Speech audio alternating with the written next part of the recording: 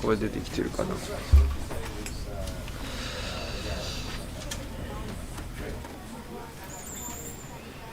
ちょっと待とう。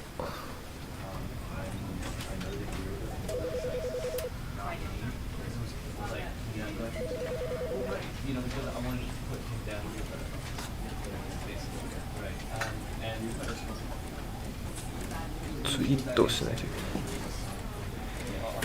ツイート。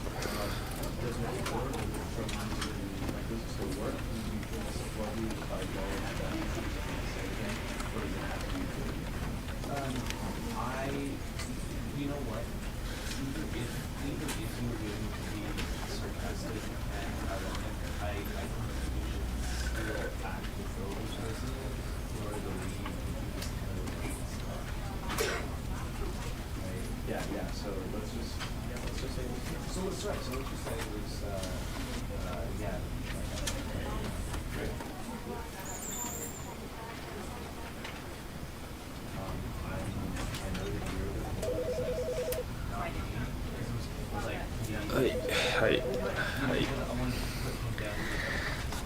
見てたでしょ。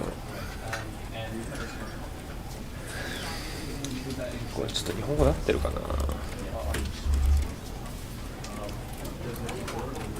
一応設定変えたはずなんだけど。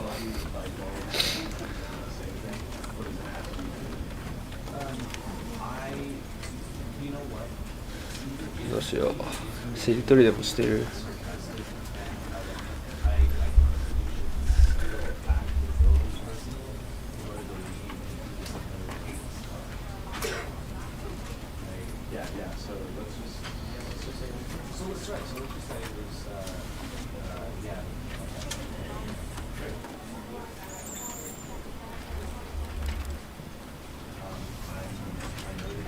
もう始めちゃっていいんかな。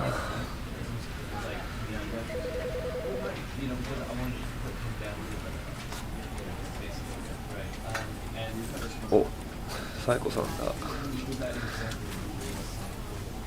あとなんかコメント1個来たらやっちゃおう。やっちゃおう。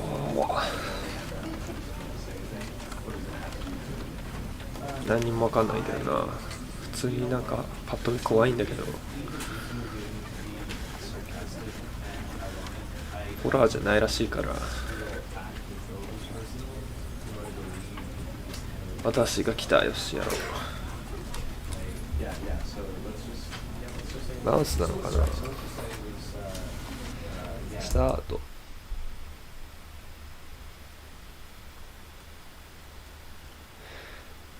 あ、止まったか。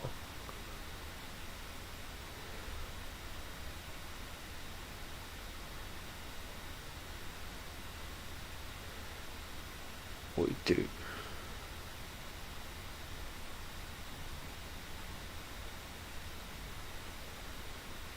不安になってきたな。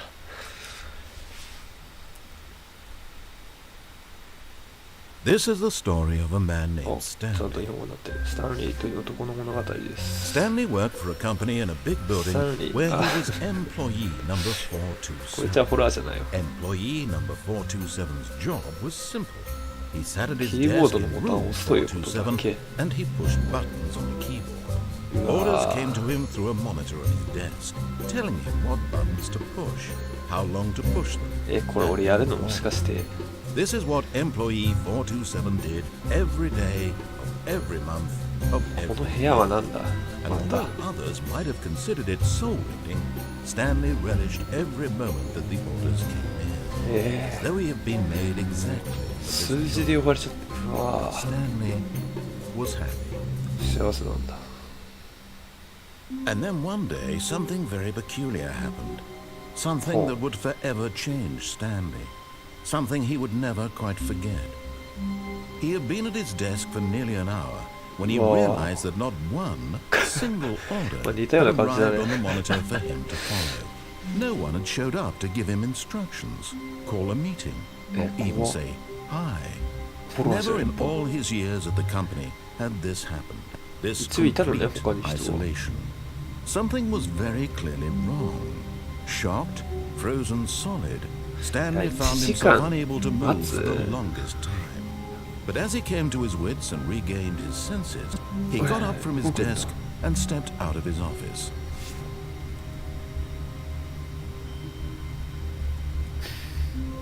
どっかでマウスかもしかしてマウスだ。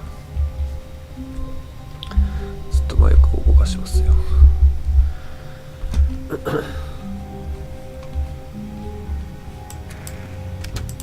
But Stanley simply couldn't handle the pressure.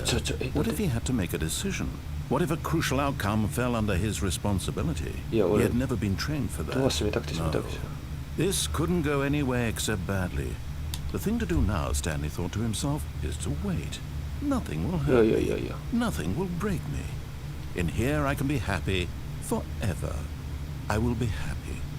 Stanley waited. Hours passed. Then days. Had years gone by? He no longer had the ability to tell. But the one thing he knew for sure, beyond any doubt, was that if he waited long enough, the answers would come. Eventually, someday, they would arrive. Soon, very soon now, this will end. He will be spoken to. He will be told what to do. Now it's just a little bit closer. Now it's even closer. Here it comes.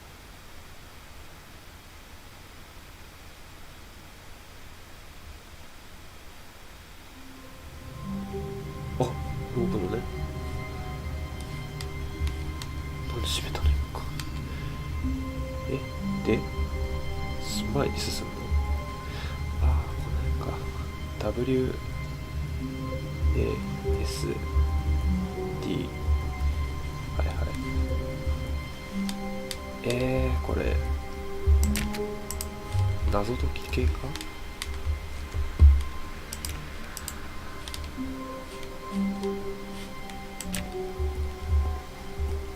どこにこうスポットが当たってるのか分かんないかな。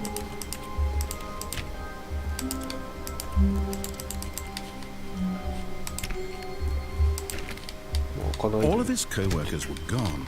What could it mean? Stanley decided to go to the meeting room. Perhaps he had simply missed a memo. 1年経ったんでしょだって。会議室ってとこや。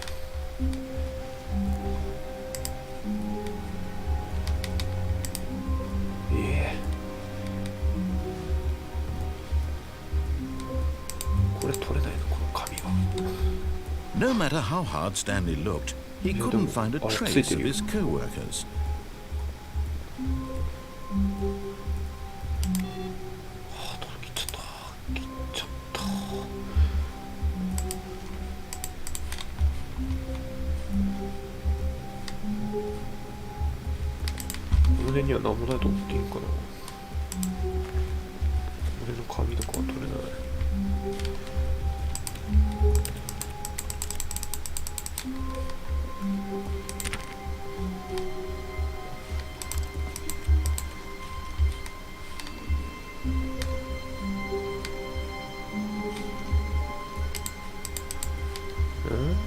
Stanley went around touching every little thing in the office, but it didn't make a single difference. Nor did it advance the story in any way.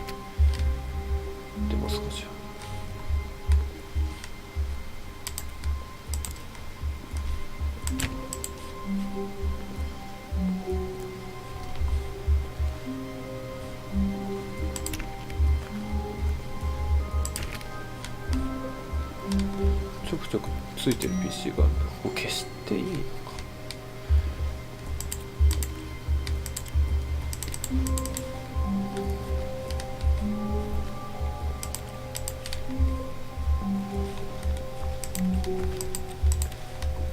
この辺は全部ないのかな。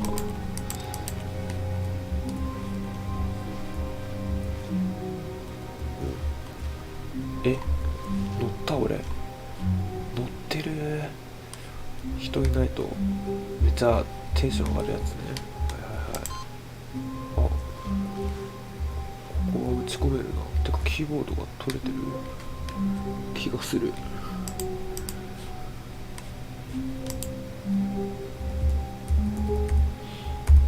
か直接打ってるわけではない。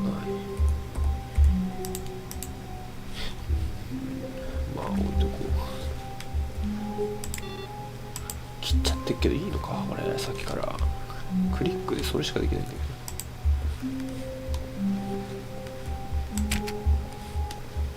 Stanley clicked on literally every single door in the office because he doesn't pick up well on cues from his environment. そこもついてるの。でも違うのか。本当にこれホラーじゃない。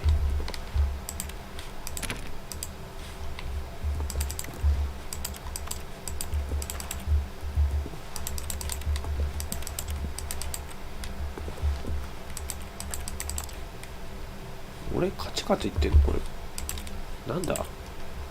クリックして俺どこ押してんのこれ。これを押してると思っていいのかな。もしかして決定ボタン別にある？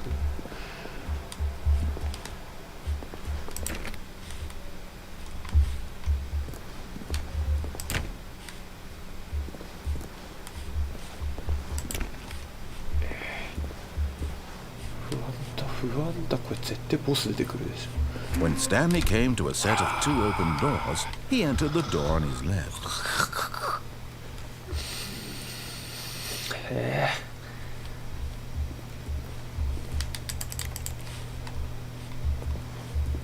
説明はないからね。何？左がいいの？これ咲くの？開かないじゃん。ホラーじゃん。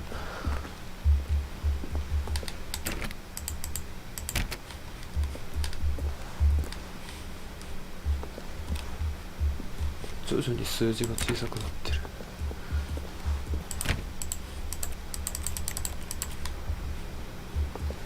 うわ、暗い。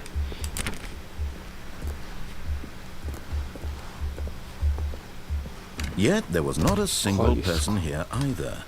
Feeling a wave of disbelief, Stanley decided to go up to his boss's office, hoping he might find an answer there. なんて書いてあるんだろう。切り替わってる。会議行われてる。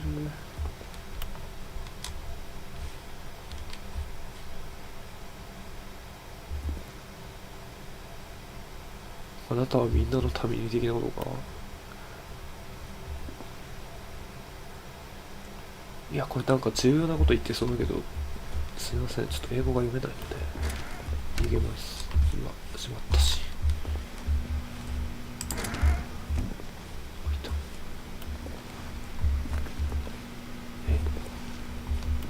Stanley stepped into the broom closet, but there was nothing here, so he turned around and got back on track. 戻ります。なんか後で来るんじゃない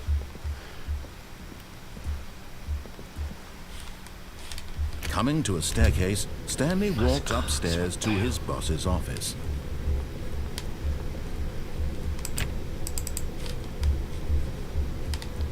いや、ちょっと待って、ここちょっと下行ってみるか。言うこと全部聞くとあれなんじゃないかな。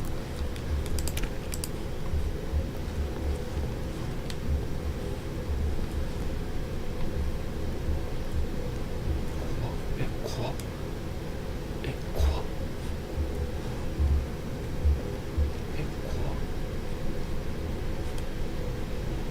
上行こう。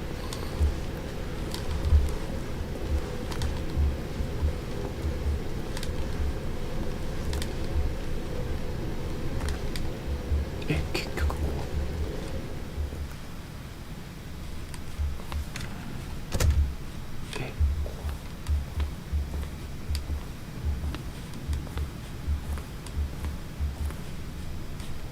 かりないの明かり。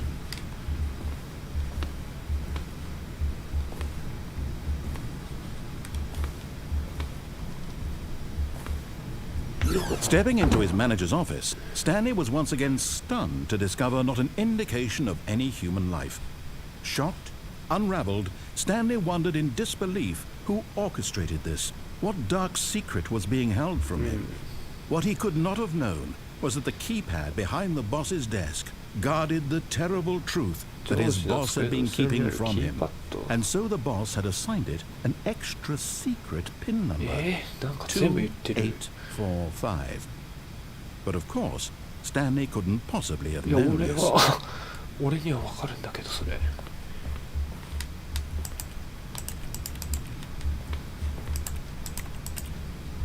これはあれなんじゃないか？ Stanley just sat around twiddling his thumbs. Trying to input anything on the device was useless, since he could never possibly know that the combination was 2845.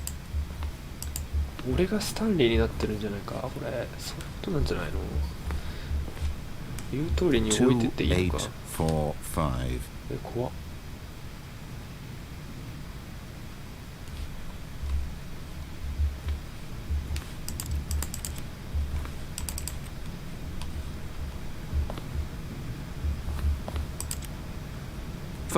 But it turns out that the panel's emergency override kicked in, and the door just opened all by itself. And Stanley got the hell along with the story. Well, whoop-de-doo.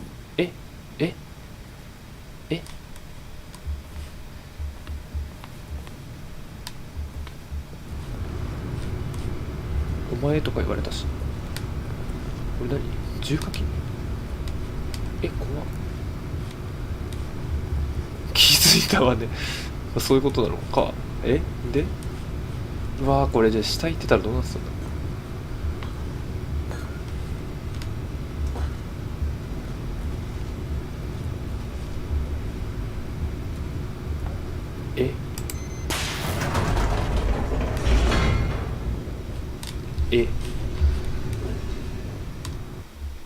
あ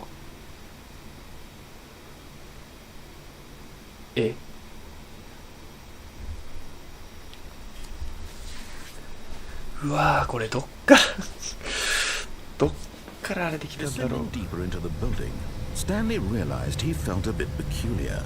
It was a stirring of emotion in his chest, as though he felt more free to think for himself, to question the nature of his job. Why did he feel this now, when for years it had never occurred to him? This question would not go unanswered for long.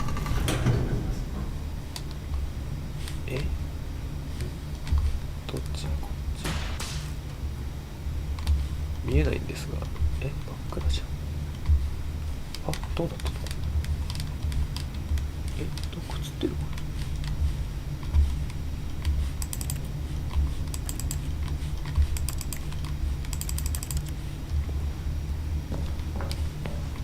いや見えないんだけど、これそういう演出ガチでわかんない。何にも見えた。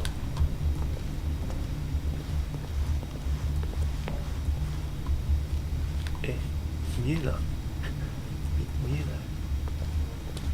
Stanley walked straight ahead through the large door that read Mind Control Facility.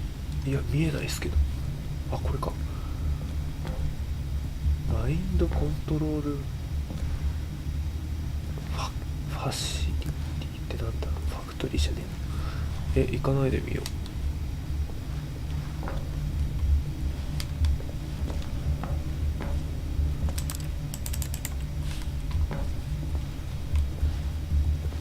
行くしかないのかな。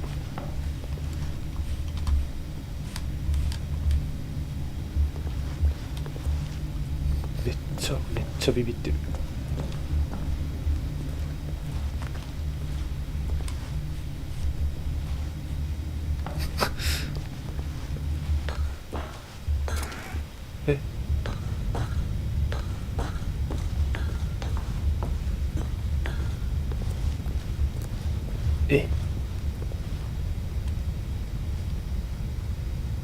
何これ。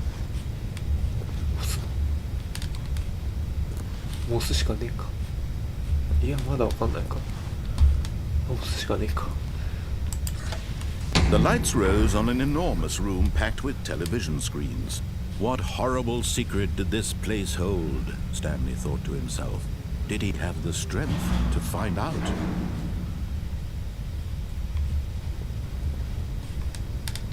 いやなんか勝手に進むな。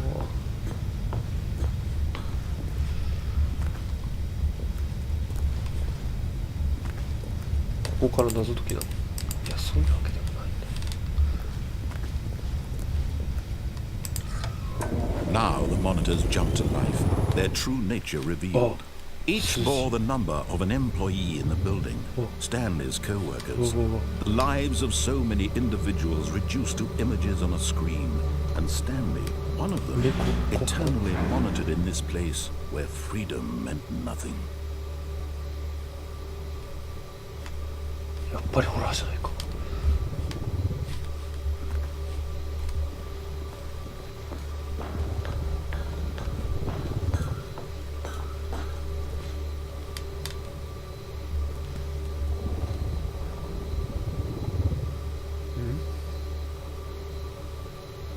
なんかフェイルドみたいな。フ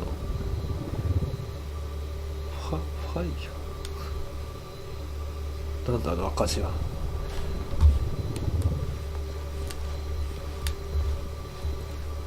これ押したくね。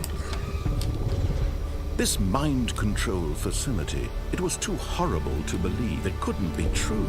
Had Stanley really been under someone's control all this time? Was this the only reason he was happy with his boring job? That his emotions had been manipulated to accept it blindly?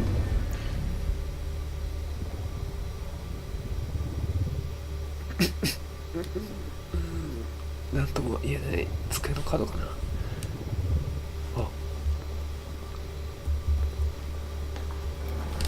No, he refused to believe it. He couldn't accept it. His own life in someone else's control? Never.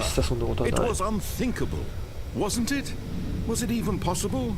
Had he truly spent his entire life utterly blind to the world? 人生すべて全く何も見えないまま過ごしていた。また見えなくなっちゃったよ。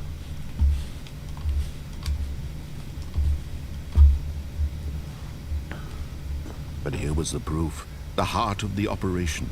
Controls labeled with emotions, happy or sad or content, walking, eating, working, all of it monitored and commanded from this very place. And as the cold reality of his past began to sink in, Stanley decided that this machinery would never again exert its terrible power over another human life. For he would dismantle the controls once and for all. 壊さないでみたい。これオフラインだったんじゃないの今。あ、入っちゃったなんか。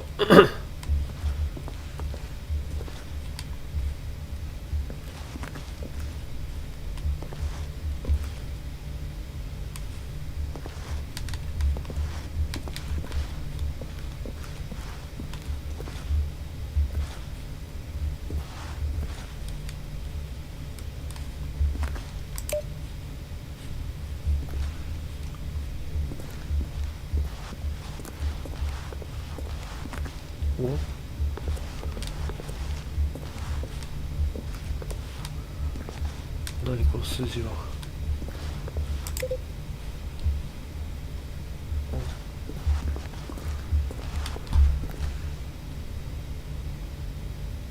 コンソールディサブレット。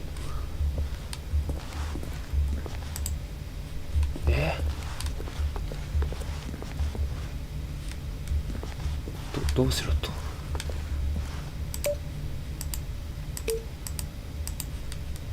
押してるけどこれ何もなってないよな。破壊できないよ俺には。どういうこと？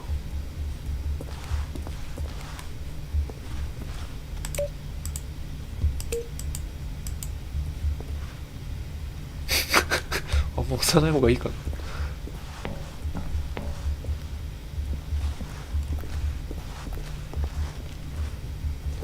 お、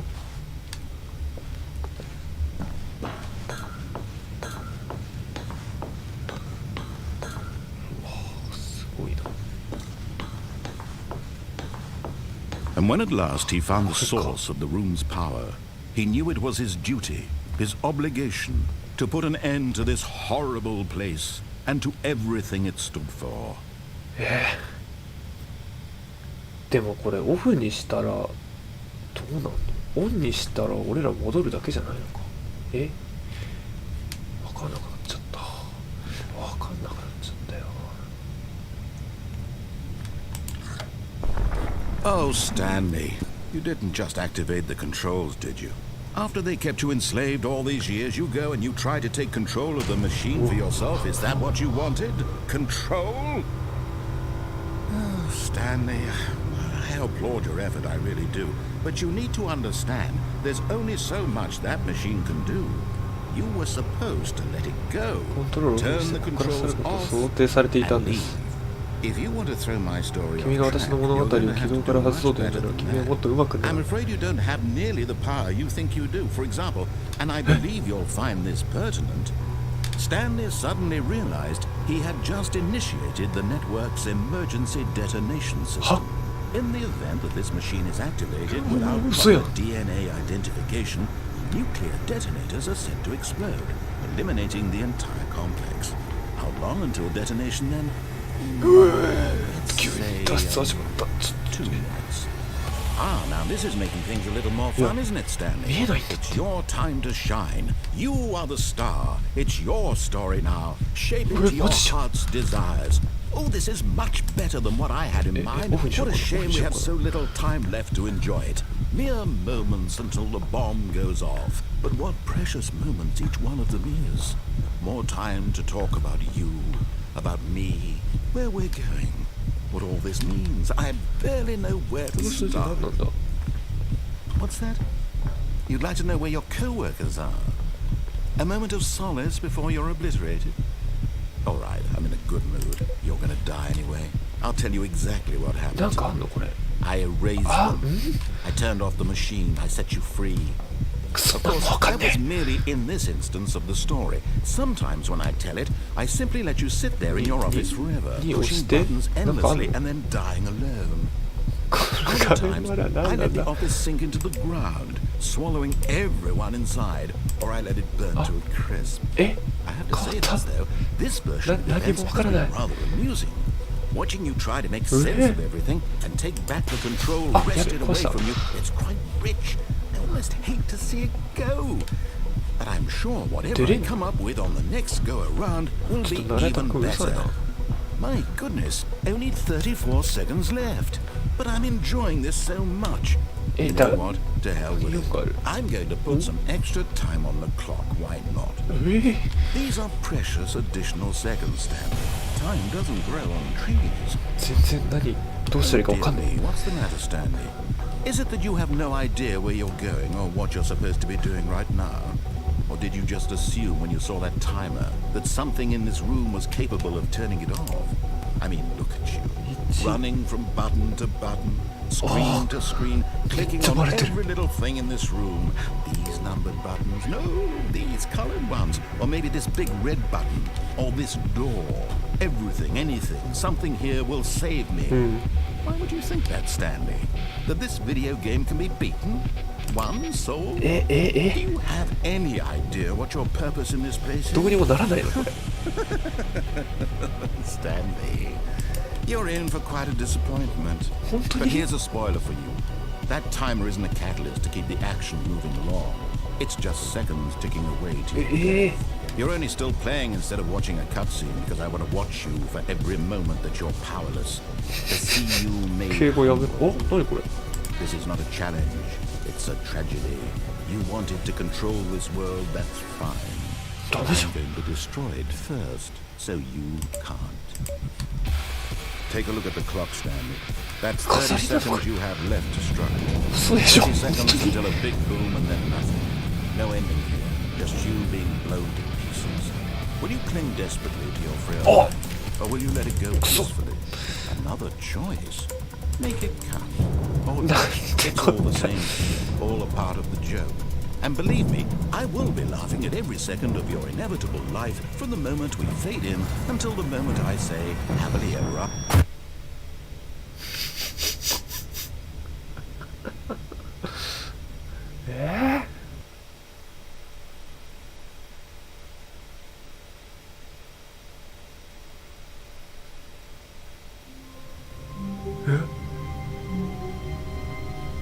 うわ、怖っ。ホラーゲームじゃないか。ちょっとどういうことよ。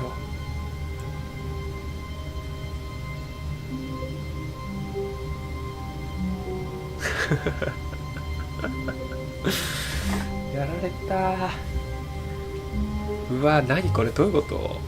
なんとかできんのこれ。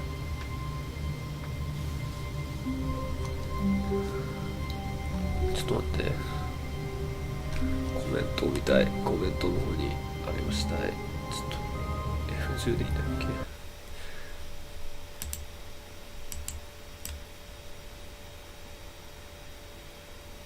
実は今までのナレーション全部無視できます。無視すると物語が激変します。さっきしみさんが爆発したみたいに。そういうこと。面白いな。これじゃあ結構パターンあんのか。これちゃんとしたクリアまでいけたりするんか。ちょっとしてみよう。面白いな。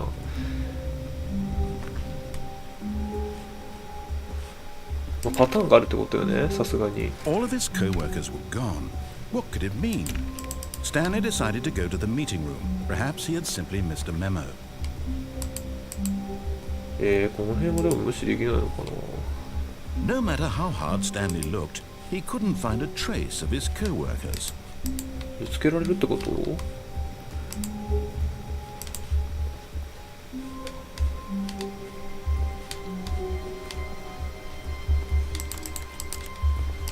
Oh, please.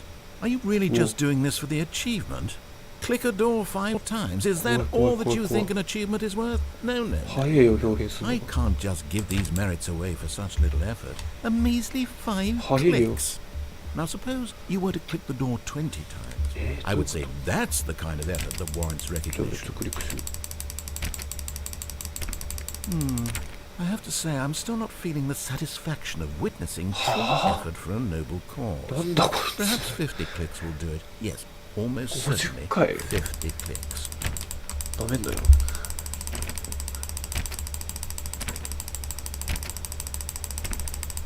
No, I'm still not feeling it.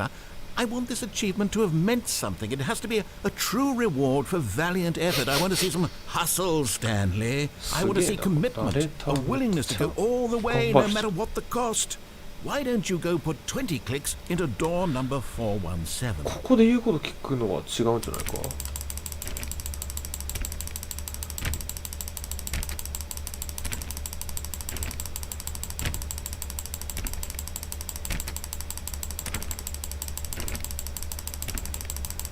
そこは言うこと聞かなきゃダメなのか。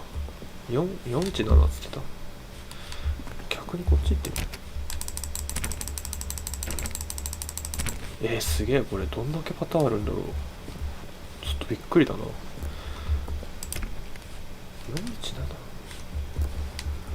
あ、なんか入っちゃった。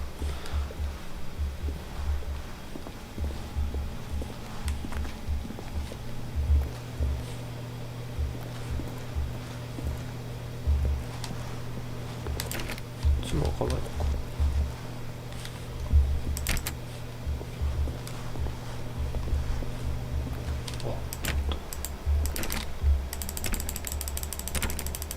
Oh, great! Now, go click a few times on door 437. ムカつく。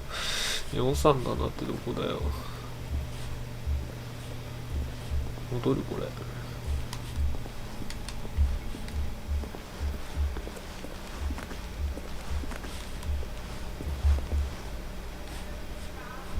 違うな。あ、おっとおっと。Excellent! I think we're getting somewhere. Now door 415. Let's give it 10 clicks or so. 415こうかまた。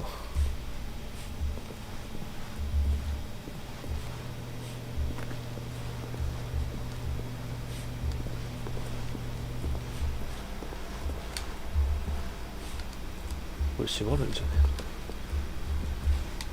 え。てか閉まらなくなった気がする。Now back to door number 437. ムカつく。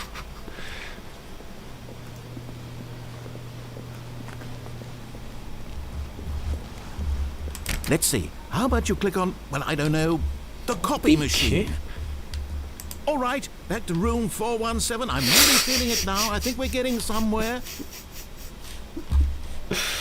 くそー、これはなんだ。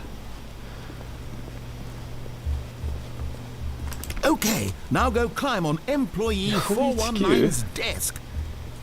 419? これか。あれここついてたやつじゃなかったっ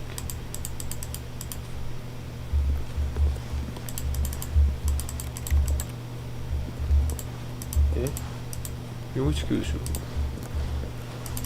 Yes, this is great. You're putting it all on the line, Stanley. I like that. All right, let's keep it up. Go give me a few clicks on door 416. 416、417のこうか。これか。We've almost got it. Now the copy machine, do that one again. くそ、これはどうなるんだ最終的に。くそ。はい。Finish it off, Stanley. 5 clicks on door 430. いけ。Yes, we did it. Oh, 何？ wow. That felt amazing. 実績解除した。 Stanley. Nothing could hold you back. Yes, I'm very proud of how far we've come today. Just think, only a few minutes ago you believed an achievement was worth 5 little clicks. Really now, what were you thinking?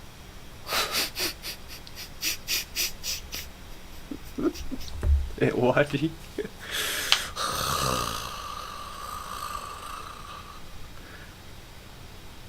腹立つわ。何分振り回しとんねん。終わり。やったね。ちょっと気になってんだ。掃除用具のとこだな。ありがとう。なるほどな。一回分かってからまた面白いゲームだね、これ。この後ちゃんとアナウンスしてくれんの？こいつ。When Stanley came to a set of 2 open doors, he entered the door on his left. This was not the correct way to the meeting room, and Stanley knew it perfectly well. Perhaps he wanted to stop by the employee lounge first, just to admire it. ちょっと休憩室に寄っていくと。基本的にドア開かないのか。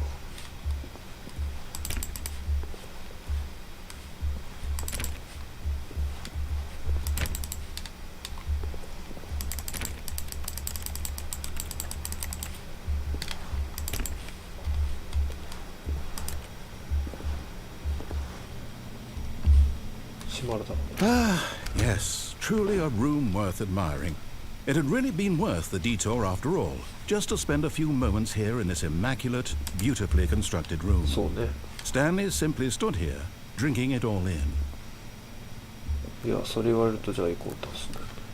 But eager to get back to business, Stanley took the first open door on his left. 反抗していこう。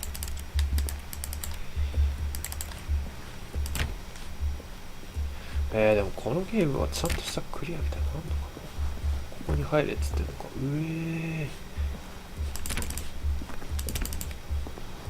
っちに行ってみましょう。 Stanley was so bad at following directions, it's incredible he wasn't 5 years ago. なんでお前に解雇されなかったの。まだでも正体表さないね。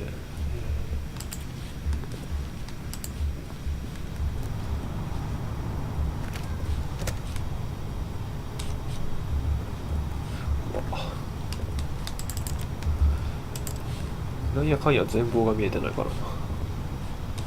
なんとなく分かったけど。これどうすんの？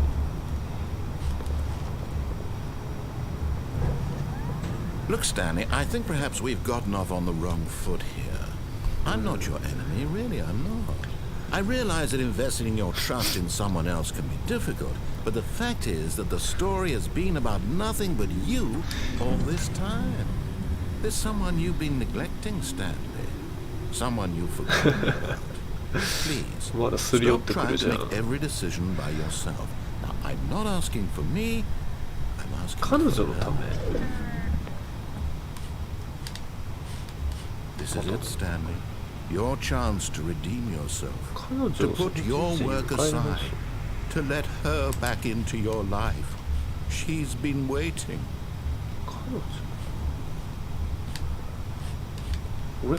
俺のことか。別だよな。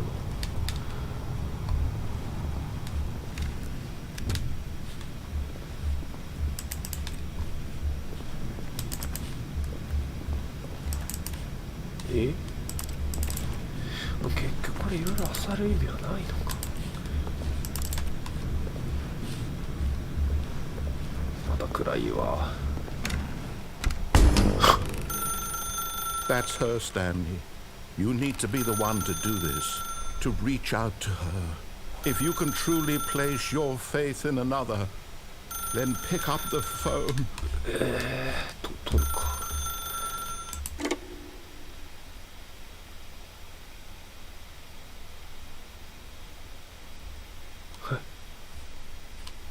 Stanley, is that you? Hold on, sweetie. Sorry to keep you waiting. I'm just pulling the bread out of the oven.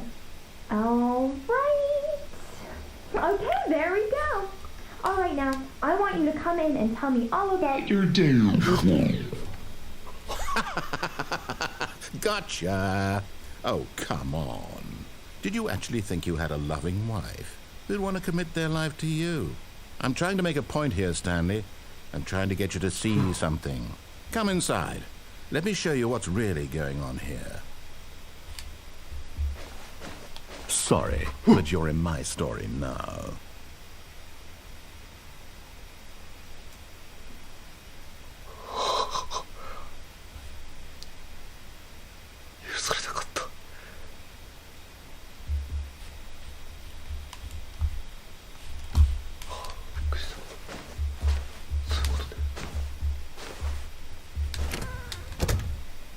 This is a very sad story about the death of a man named Stanley.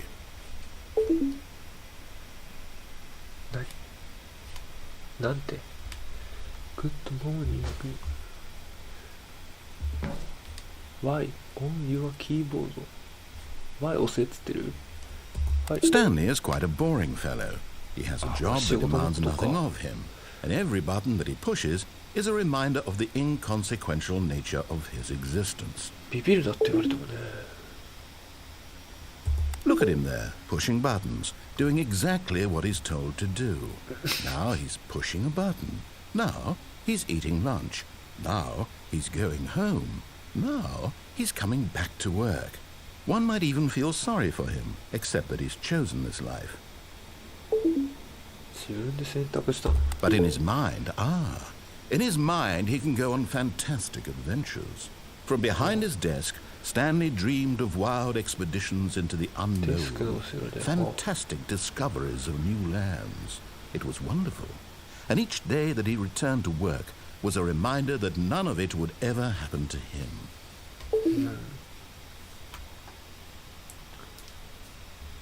And so he began to fantasize about his own job. First, he imagined that one day while at work, he stepped up from his desk to realize that all of his co-workers, his boss, everyone in the building had suddenly vanished off the face of the earth. いや、俺でもここまでこじらせてないけどな。So, he went further. He imagined that he came to two open doors and that he could go through either. At last, choice. It barely even mattered what lay behind each door. The mere thought that his decisions would mean something was almost too wonderful to behold. As he wandered through this fantasy world, he began to fill it with many possible paths and destinations.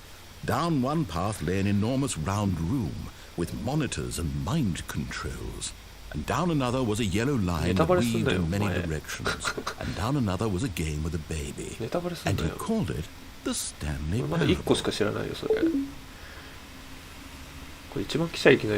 It was such a wonderful fantasy, and so in his head he relived it again, and then again, and again, over and over, wishing beyond hope that it would never end, that he might always feel this free.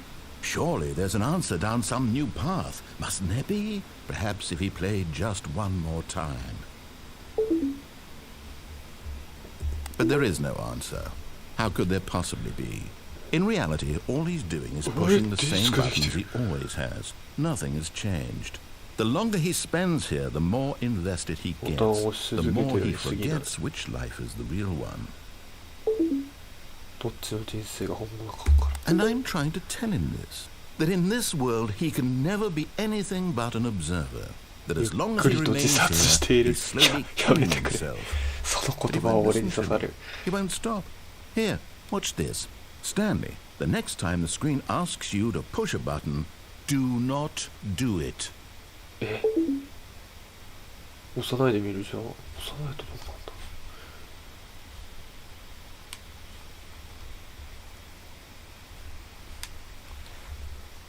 押さないでこっち行ってみる。あ、いけない。これは押すしかないのか。押しちゃおう。You see? Can he just not hear me? How can I tell him in a way that he'll understand that every second he remains here, he's electing to kill himself? How can I get him to see what I see? How can I make him look at himself?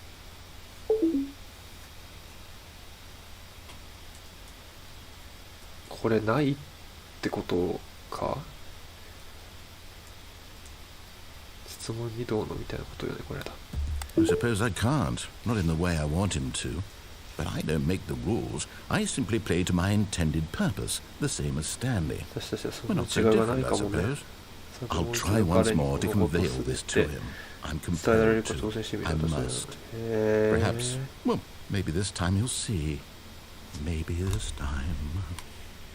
And I tried again, and Stanley pushed a button. And I tried again, and Stanley pushed a button. And I... ホラーゲームじゃん。ホラーゲームじゃん、やっぱり。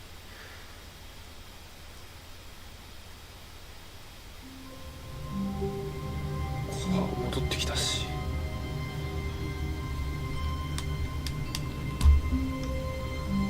すげえな、でも面白いな。よう凝ってるわ。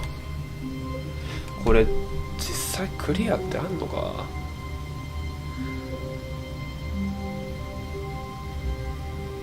ちゃんと全部言うこと聞いたらそれはそれでどうなのか気になるな。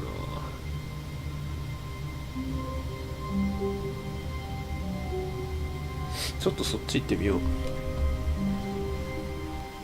Stanley decided to go to the meeting room to check on his co-workers. He never functioned well by himself and constantly needed support and guidance from others, so the thought of total solitude was terrifying to him. 全部言うこと聞くルート。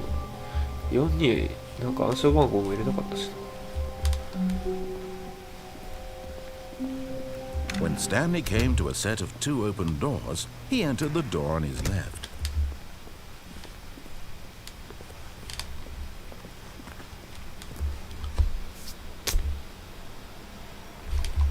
Yet there was not a single person here either.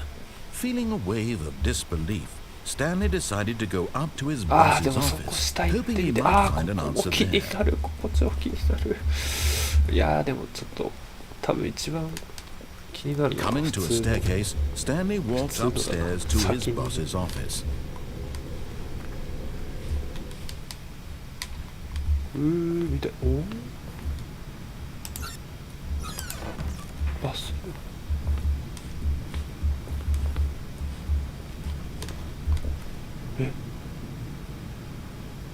なんか書いてあるけど。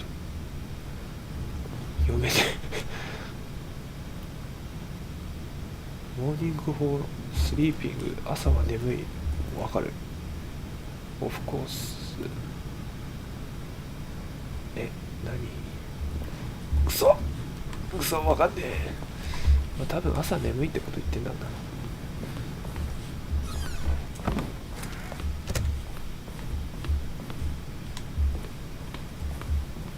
Stepping into his manager's office, Stanley was once again stunned to discover not an indication of any human life. What could it mean? Stanley wondered aloud to nobody. He began wildly tearing through papers on the boss's desk, pulling books off the shelf, looking behind paintings, desperate for clues to his situation. But his attention was caught by a keypad behind the boss's desk. What could its purpose be? In fact, this keypad guarded the terrible secret that lay buried below his feet. And so the boss had assigned it. Stanley was in such a rush to get through the story as quickly as possible, he didn't even have a single minute to just let the narrator talk. That kind of anxiety isn't healthy. So he relaxed for a few moments with some calming New Age music. 落ち着いたニューエイジミュージック。あれ？どこ開いた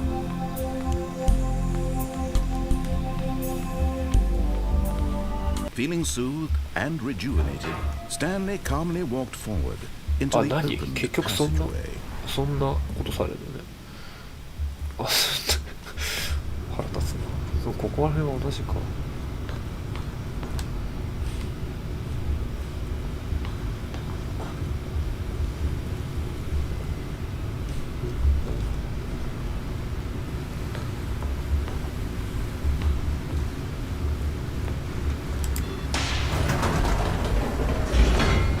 すげえな、このゲームどこまで読んでんの、こっちの動きを。何パターンだろ、細かい部分。すげえな。これはね、青木さんはこんなゲーム作れないな。痛い、なんで普通に見えなくて、ここ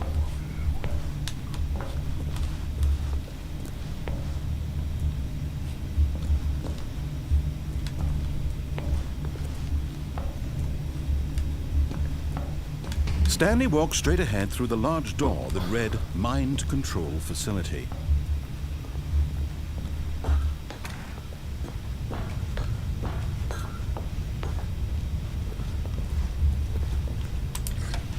The lights rose on an enormous room packed with television screens. What horrible secret did this place hold? Stanley thought to himself. Did he have the strength to find out? いやー、化けるかな。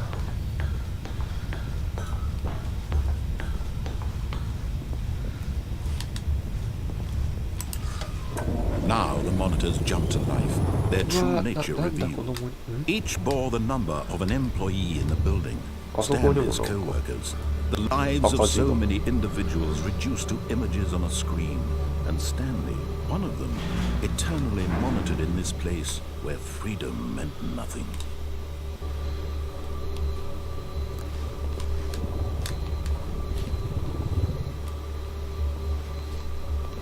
すげえな。あ、しじみ近くで見よ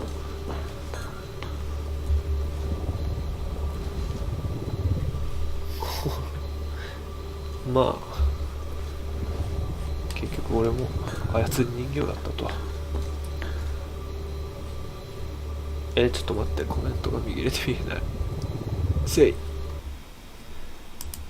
実は本当に分かりにくい。ふざけんなよ。分かりにくすぎやろ。そんなんあるんかい。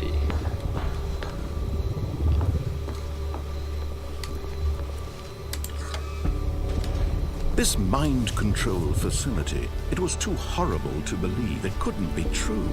Had Stanley really been under someone's control all this time? Was this the only reason he was happy with his boring job? That his emotions had been manipulated to accept it blindly? でもこれさっきのルートとは違う結末というかあれだ。No, he refused to believe it. He couldn't accept it. His own life in someone else's control? Never. It was unthinkable, wasn't it? Was it even possible? Had he truly spent his entire life utterly blind to the world?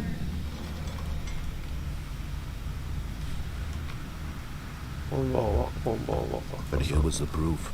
The heart of the operation. Controls labeled with emotions. Happy, or sad, or content. Walking, eating, working. All of it monitored and commanded from this very place. And as the cold reality of his past began to sink in, Stanley decided that this machinery would never again exert its terrible power over another human life. For he would dismantle the controls once and for all. さあ、まあでもこれ切ってもね、こういうのがちょろいですね。それでいいんですね。ありがとうございます。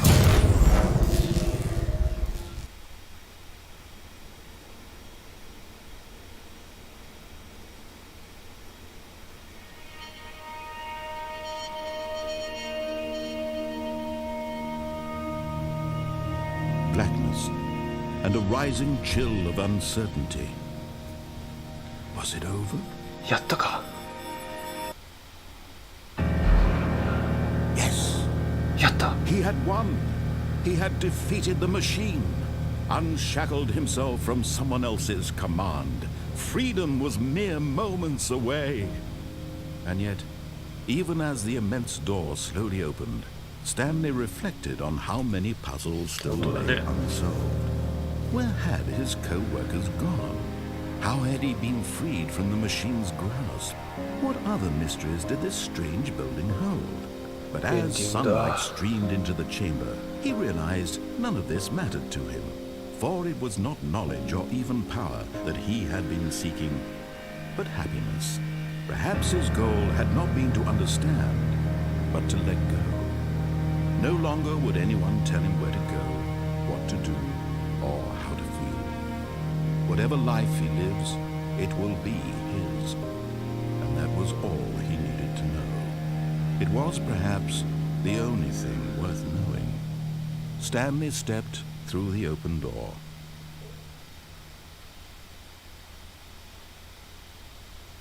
終わり？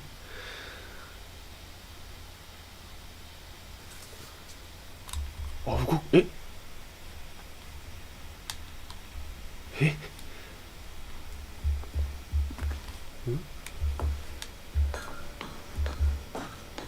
あ、そういうことか。絵かと思ってびっくりして。Stanley felt the cool breeze upon his skin, the feeling of liberation, the immense possibility of the new path before him. This was exactly the way, right now, that things were meant to happen. And Stanley was happy. 英語喋れるわけないじゃん。ああ、でも実績書いてた。まあこれが普通のルートなのかな。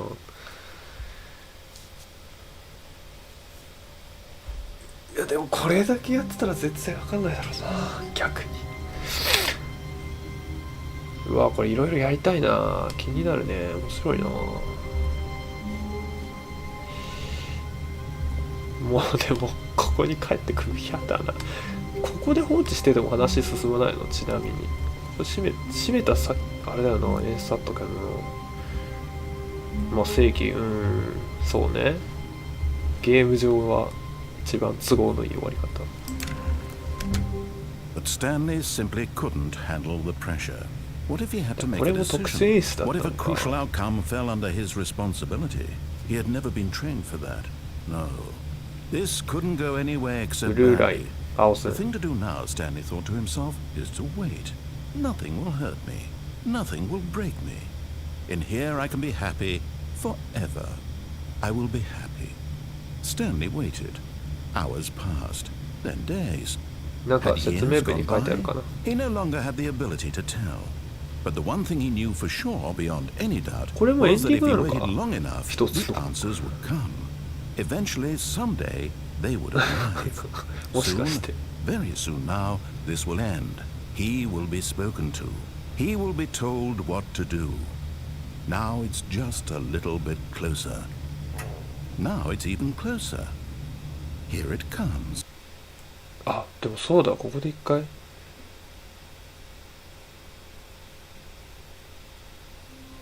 そうなんだ、そうだったんだ。なるほどね。ああ、面白かった。じゃああれしよう。閉じます。いや、他にもねめっちゃ回ってるんでね、今ちょうど草を送ってきた人がね来たんで、草をインストールします。草ってなんだよ。グラスシミュレーター。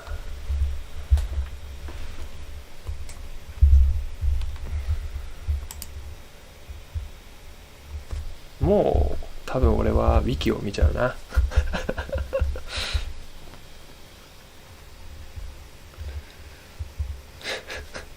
かんないけど、俺は本当に知らないけど、ただもう送った本人がクソって言ってたのでクソです、これはおそらく。ちょっとプロパティをいじりたい。ウィンドウで出てほしいんですよね。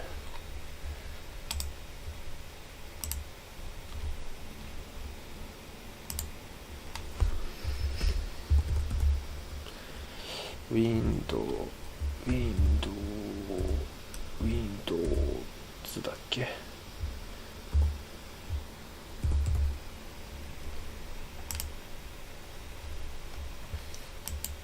なんか違う気がするな。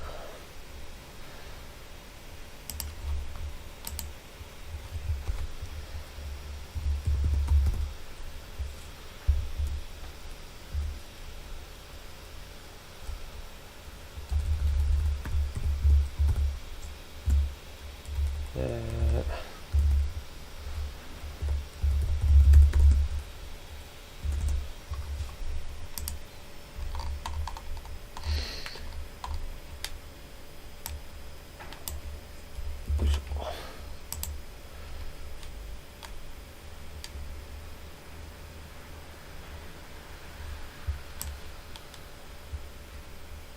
システムに日付5年進めるエンディングとか、24時間プレイし続けるエンディングそれはエンディングなのか。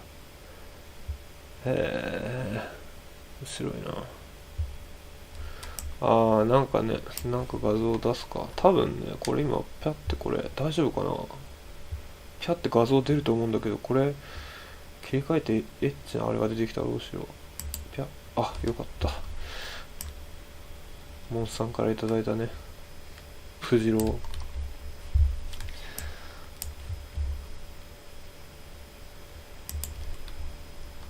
いや、モンさんには大暴走になってるからな。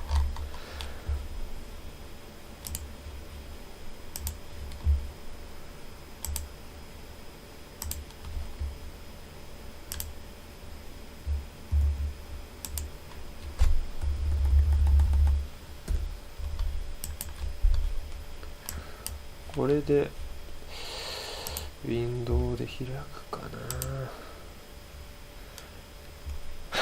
な。ロビンにたどり着けてないから、そもそもね。これでウィンドウで出るか。はい。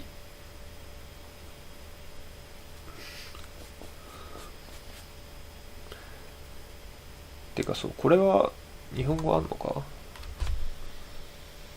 言語があるのか、そもそも。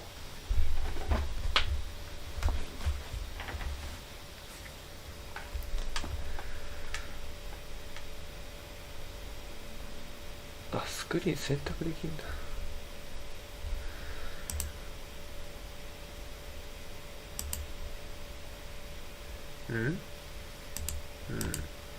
全くわかんないから、なんで最初に初期設定をいじってるのかが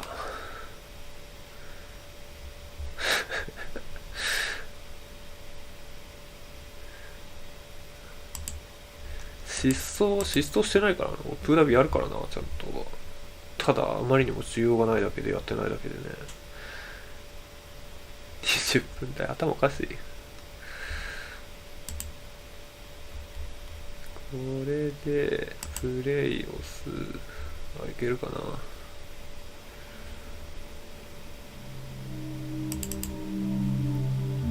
でゲームジャーキャブチャーを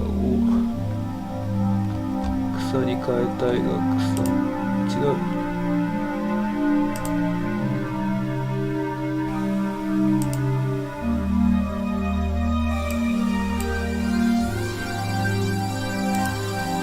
それ音でかい。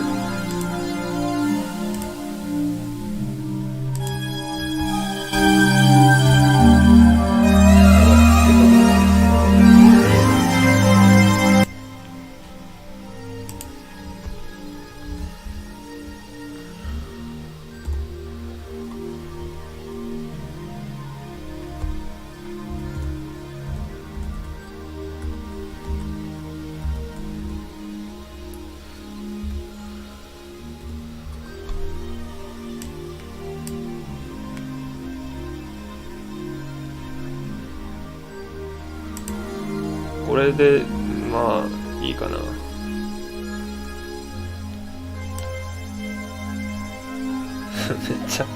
っちゃサイズ合ってなくて笑う。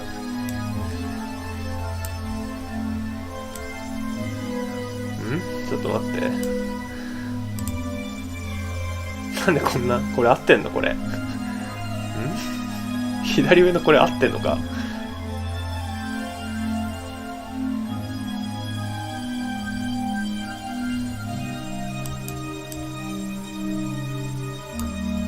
いや、これだってこうなってんだけど。え？俺のせい？これ。最初の設定で変なことしたかな。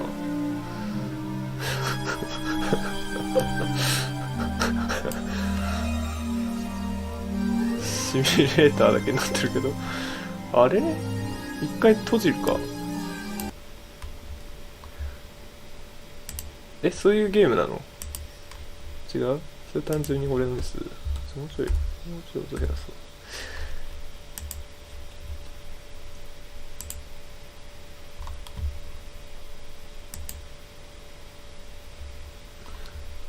う。800、600、こっちいいか。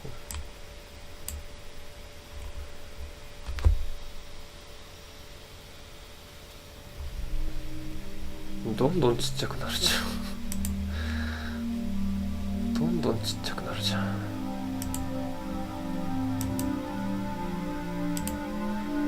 いやもうだっておかしいでしょこれ。さすがにおかしい。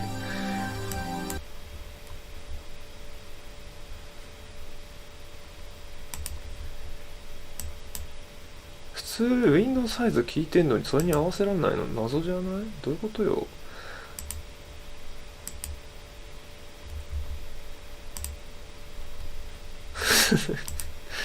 すでに怪しい。お、これでいいんじゃないか。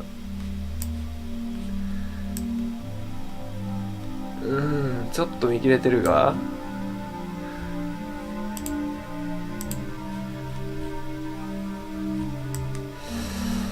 なんか違くない？なんかちょっと違くない？比率変じゃない？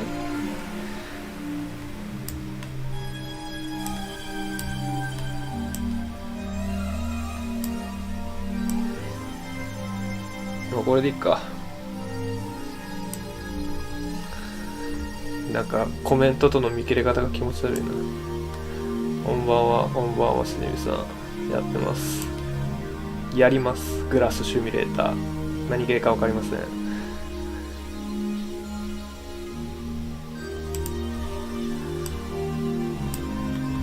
モードセレクト。モードがあるの？生意気だね。なんか俺変なことをした？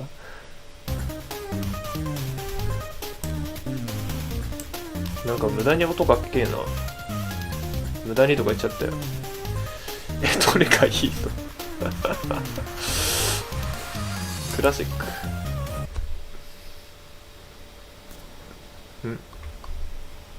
牛？牛じゃねえな。これもまた操作はあれと同じか。 W で前、 S で後ろ、 T で右と。草はいっぱい生えてるけど、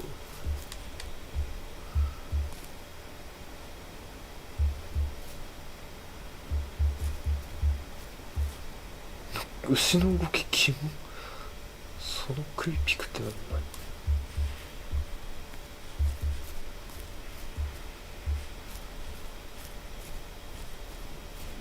小屋が気になる。俺これ草になってんの？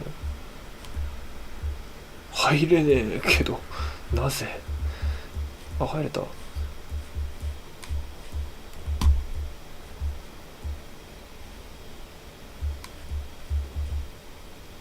声楽の草になる。俺がもし草なら、まあ多分牛に当たっちゃいけないんだろうな。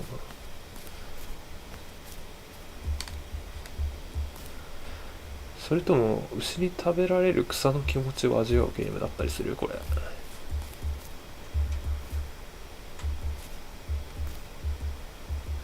あれ？全然関心がない。っていうか、なんで草のくせにこんな視点高いの？クリックした。なんもなんない。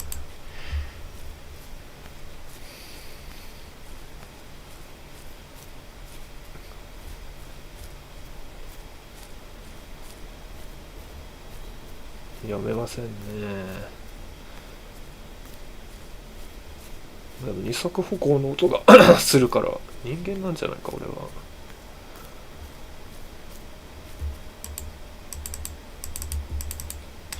なんもなんない。なんか決定ボタンがあるかな。あ、え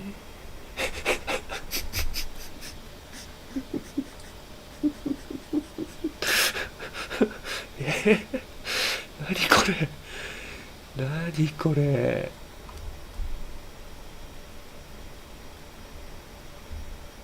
何これ、Q 押したら出てきたけど、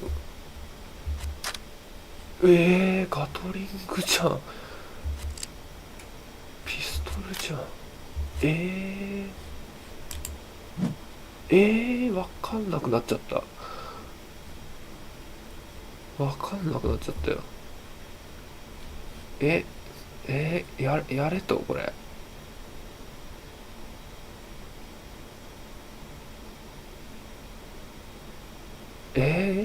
どういうこと？わかんなくなったな一気に。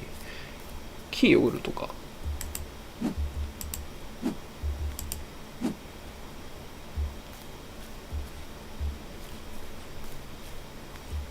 やってみる？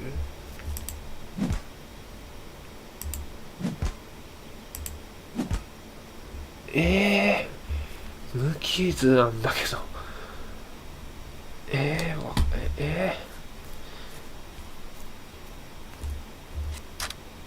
いや、さすがにこれはやばいんじゃない？さすがにこれで無傷ってことはないだろう。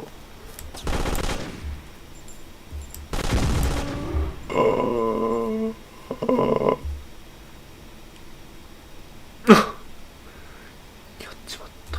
爆発した。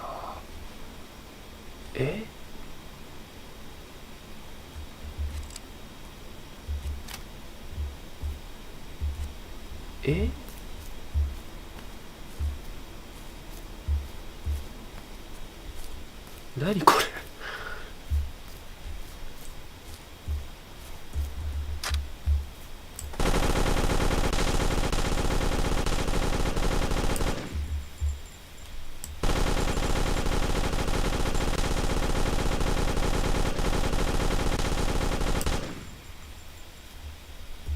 あれこれ以上いけない？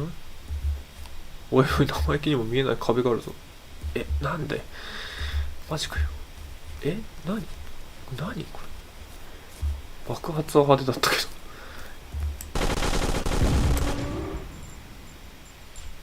ど。なんだろう。散り方の演出的にあまりに罪悪感が湧かない。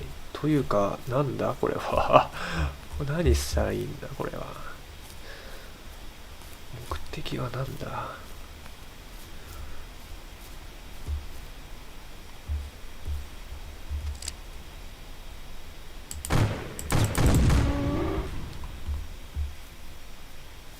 シミュレーターなんだかなんかをシミュレートしてるでしょ。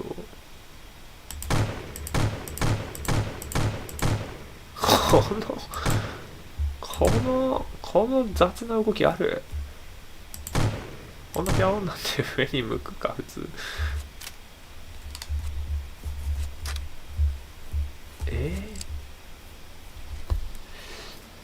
いやなんかあるだろ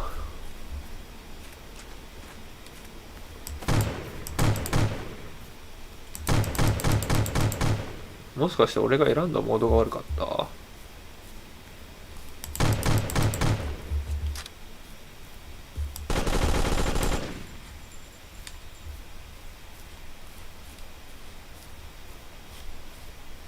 全くわか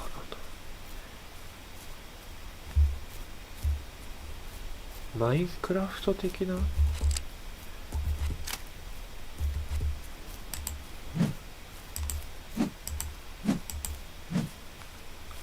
この振り方。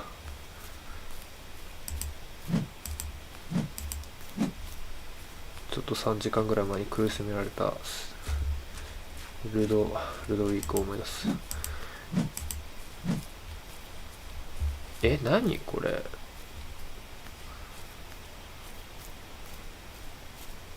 モードって言うけどこれ何？クラシック。これ何？なんか草にできんのか？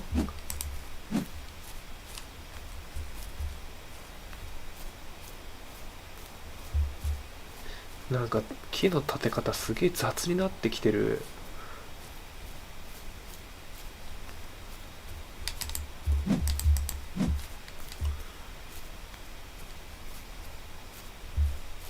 どこを目指してるんだろ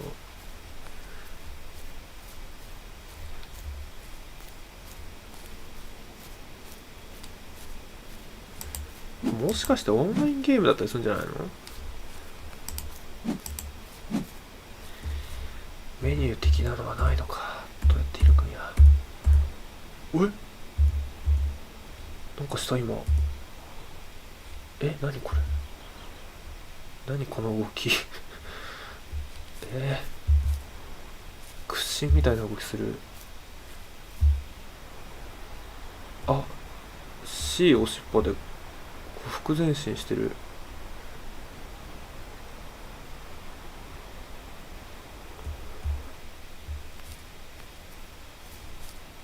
やっぱりこれ対戦ゲーなのか。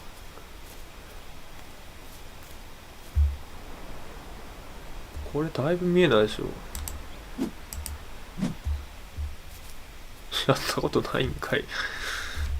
メニューはどうやって戻るんや。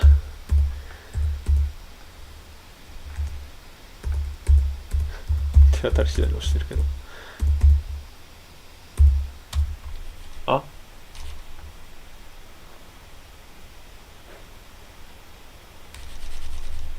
止まった。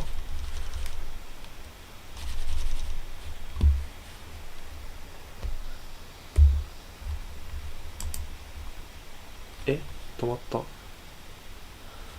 今別モードにしようと頑張ってたんだけど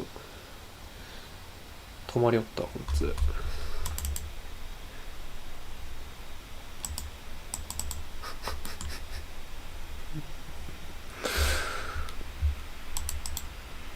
静まれクソ。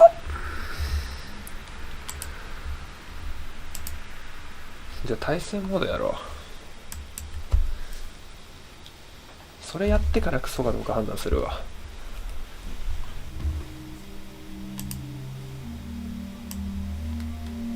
まだクソ要素までいけてない気がする。やべえかどうかもわかんないんだけど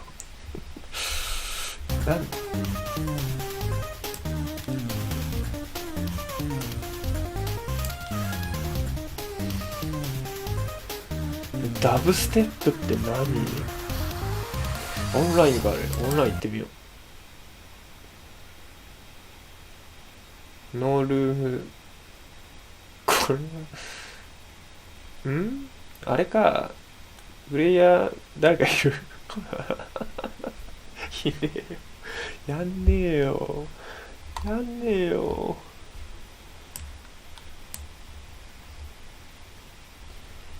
ないのこれ、そういうこと？オンライン1個もないのこれ。ちょっとじゃあ部屋作って、いや12人とかそんな設定もあんの？ちょっと返して、ここメインメニューって、嘘つくなよ、この画面からどうやって動くんだよ、くそ。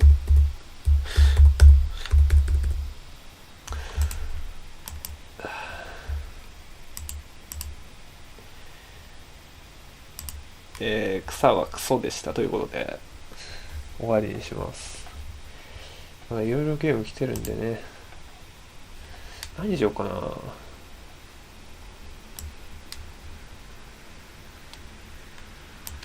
普通に今来てる人からもらったものだと、なんだろう。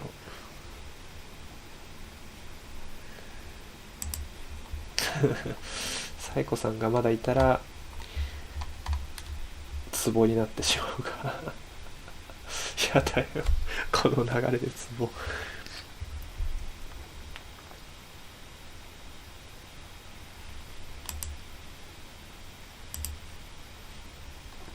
どうしようかな。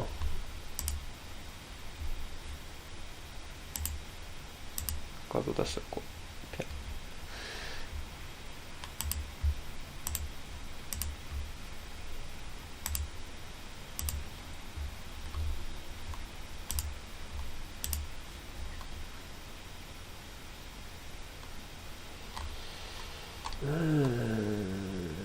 どうしよう。ネクロダンサーとかもらったんだよな。これ普通にやりてえな。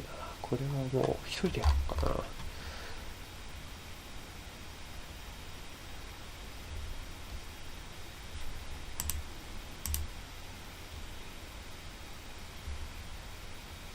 ジャンプキング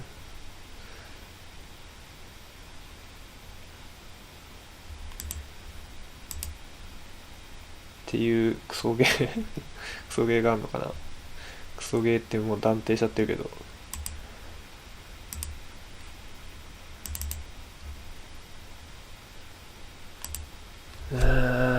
正直この道は来たくなかったけどな。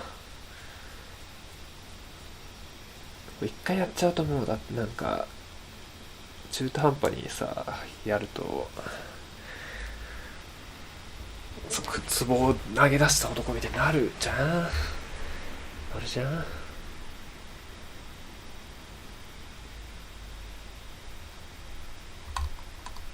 こいつもフルスクリーンになるのかな。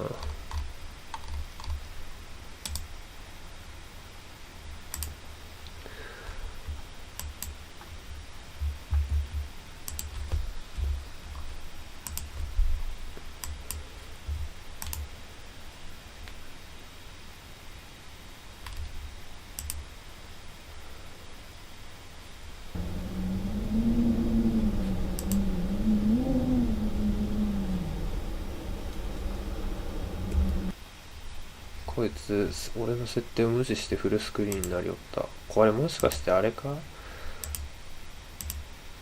フルスクリーンにしか対応してないやつか。もうすでに嫌なんだがそれねえ、これそういうことかな。コメント見れねえのがきついんだよな、フルスクリーン。スマホで見るか。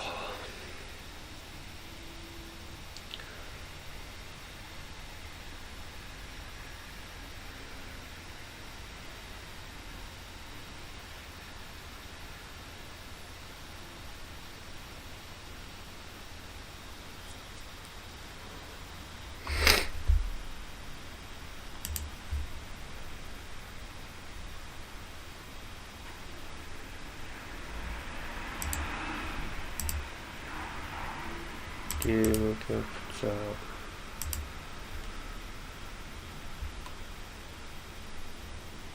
ゲッティングオーバーイット。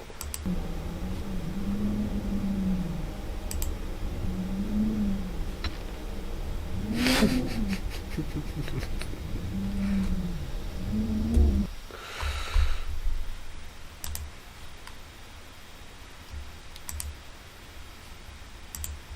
んばんは、こんばんは。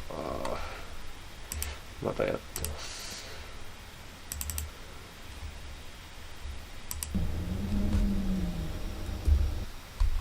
あれ？あ、つった。でけえ。画面がでけえ。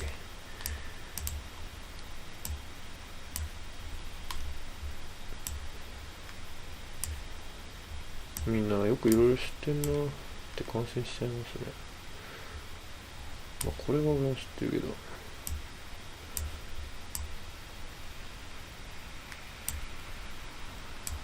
お、ジャスト。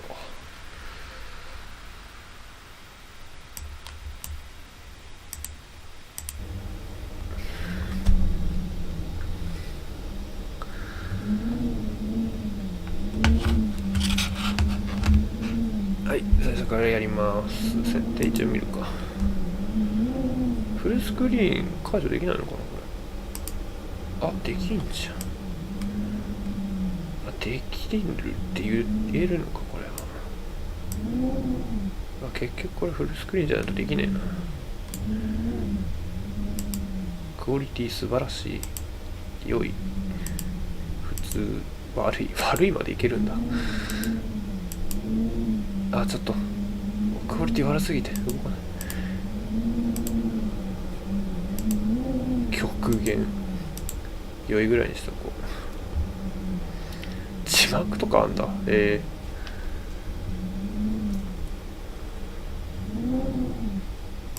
っとさ、ナレーションなんてあんの？知らなかった。俺ちゃんと見たことないかもしんねえな。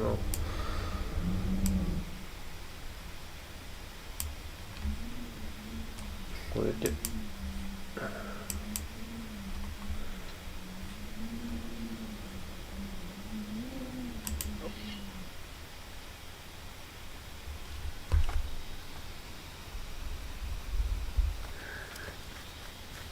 お、始まった。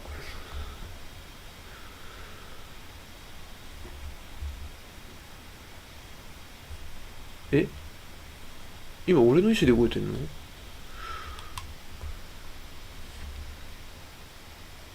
あ、なるほど。マウスなんだこれ。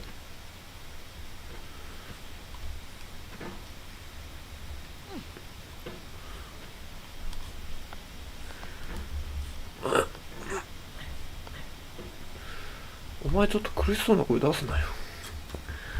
俺だって苦しいのに。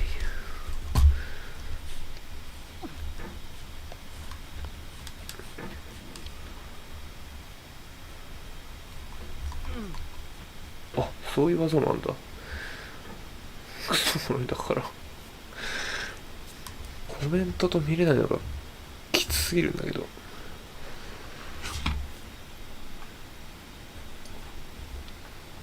お、てかマウスのこの感度が悪くない？俺のマウスの問題なのかこれ。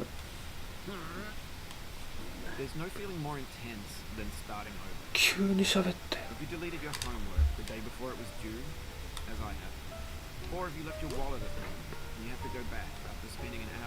分かった。こっから斜めと思う。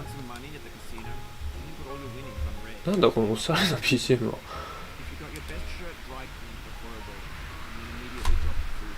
あ、なんでそっち行くの？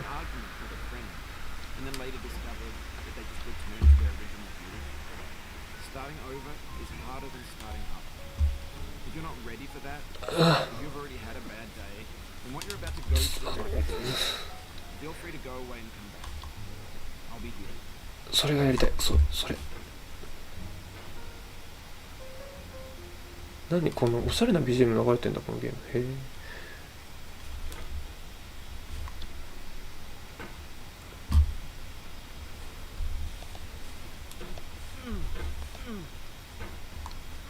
あ、うまい。プロ。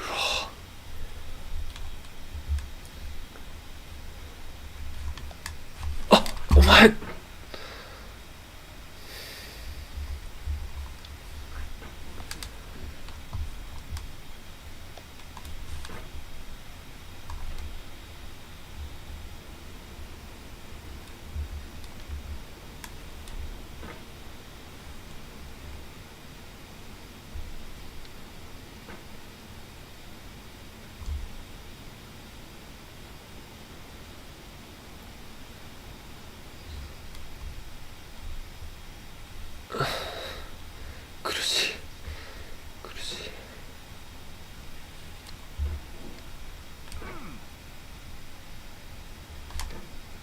苦しい苦しい。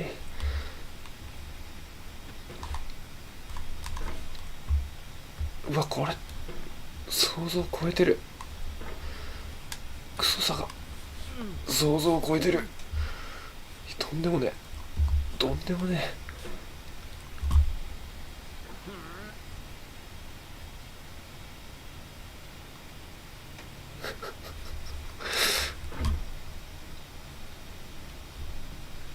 なんで俺そうやってんだろう。こ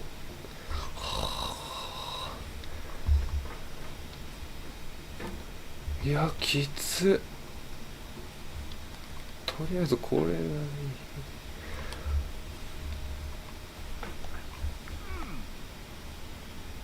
ここに引っ掛けりゃいいんだよ。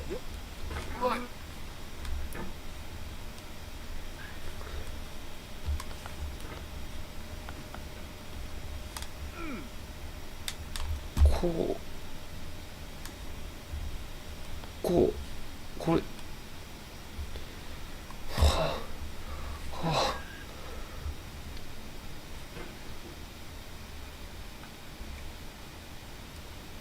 神ゲー送ったよマジで。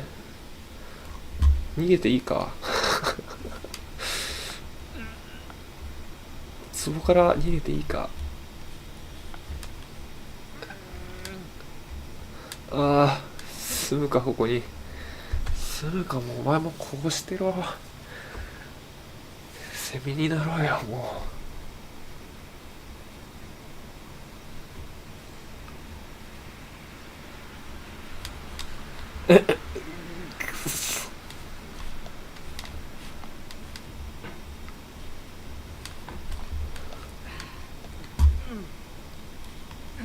よし、何してんのこいつ。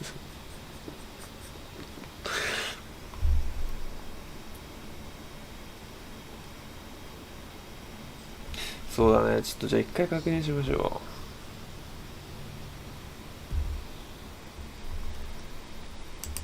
う。あ、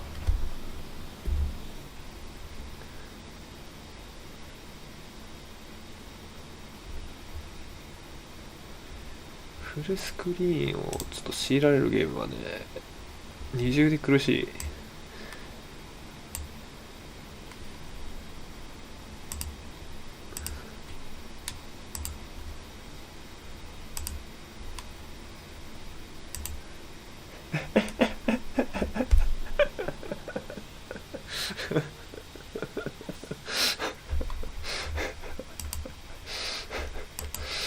いや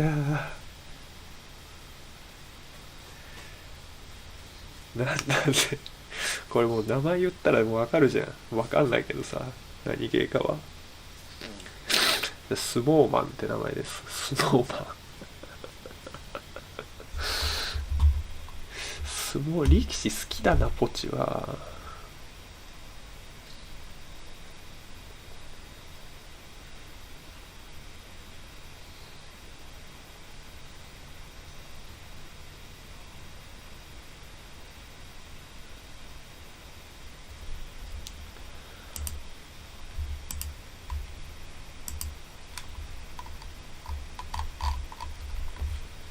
スチーム一回消さなきゃいけないんだっけ。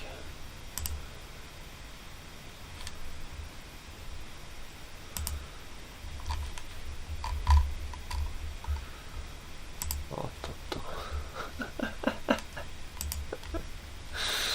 うー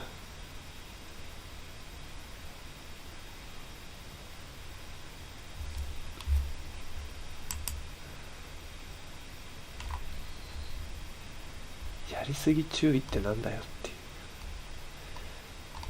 絶対やりすぎないだろこれ。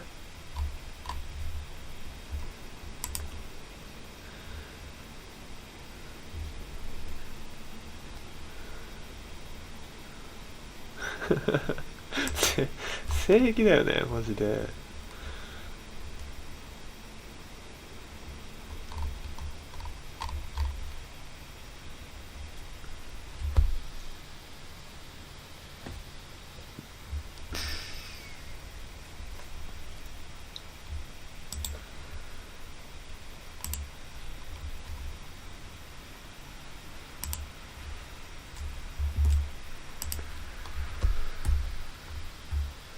設定をいじり、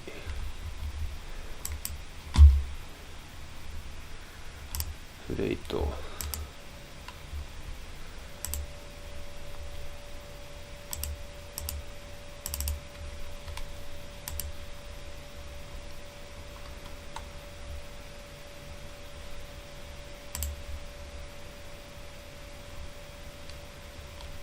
またフルスクリーンになった。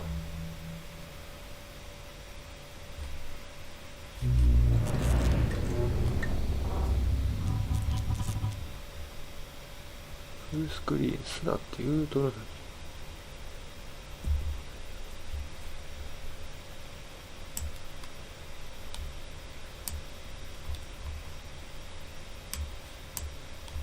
うわ、なんかバグったな。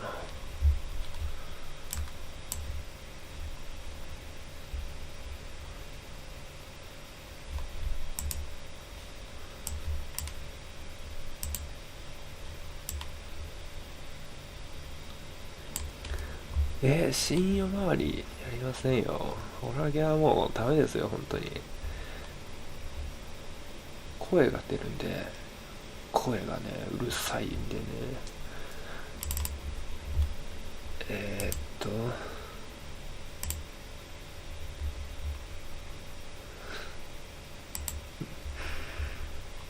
これ、設定で一流かな。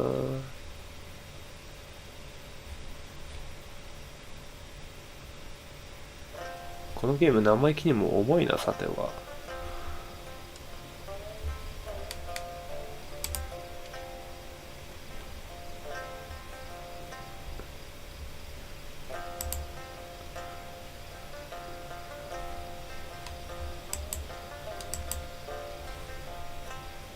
なんかさっきから送られてくるゲームどれも曲はいい感じなのムカつくな。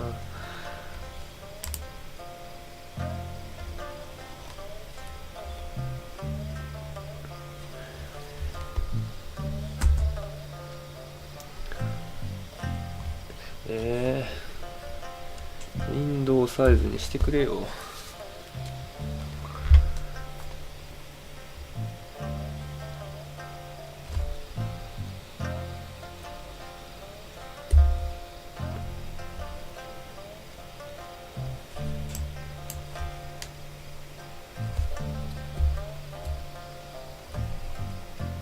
ちょっと一回切るよ。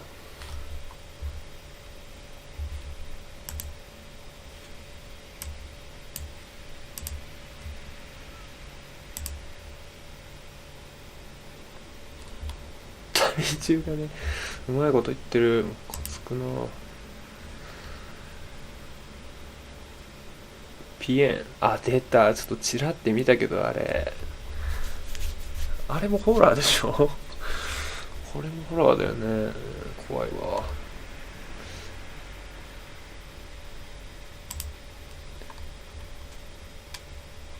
なんでこの設定を無視してフルスクリーンで出てくるんだろう。こいつもダメなやつ。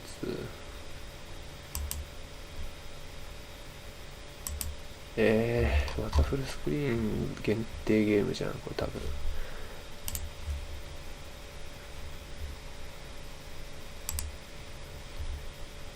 そんなことないと思うんだけどな。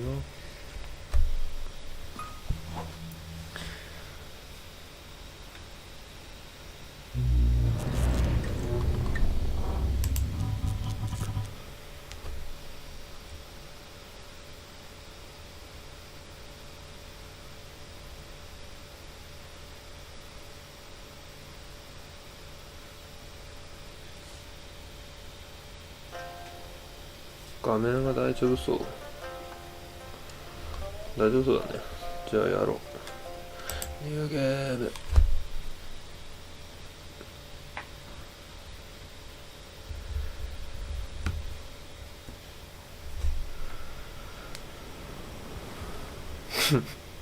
めっちゃ綺麗なんだけど映像。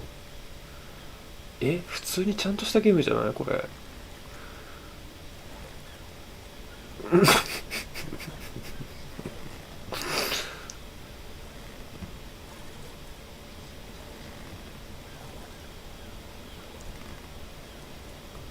おい、やめるんじゃ。船揺らすな。普通に日本語喋るんだ。すみません、ひっくり返すところでした。泳げないっす。ならじっと座って動くんじゃない。ところでお前さんはなんで裸なんじゃ。裸じゃないっすよ。回しがあるっす。やべえな。NHK の世界が来てるな。中においのばあちゃんから変な知らせを受け取ったっす。そんで急いで故郷の島に向かったんで、まだこの格好なんす。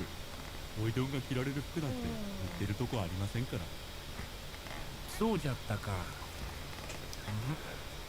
そういえば漁師たちはどこじゃ。また人消えてんじゃん。やめてよ。この辺ではおかしなことが起こるっちゅう噂があるが、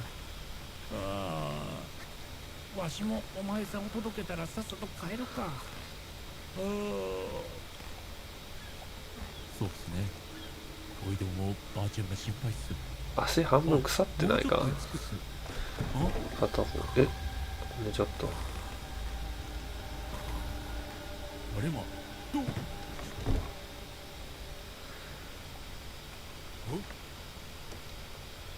船頭さんはなぜか寝てしまったっす。疲れていたんすかね。喋り方いいな。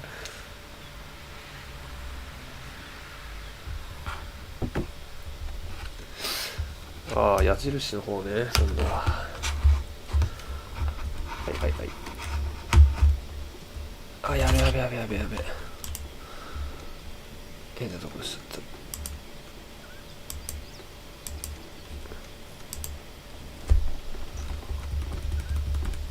ちょっと。これ何？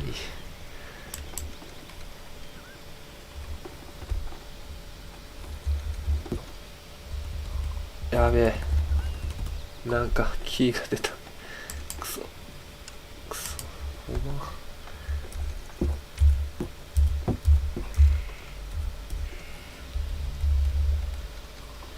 これ何のあれよ。あ、いけたいけた。動かなくなったし。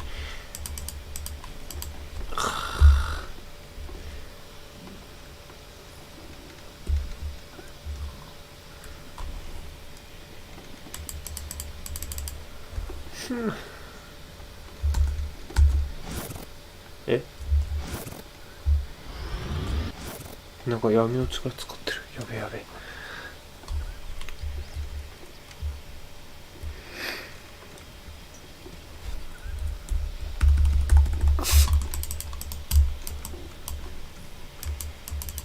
あー、なんか変な狭間に取り残されてる。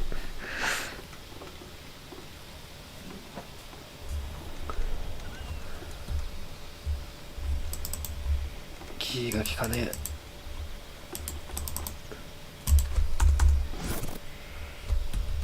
あ、いけるいける。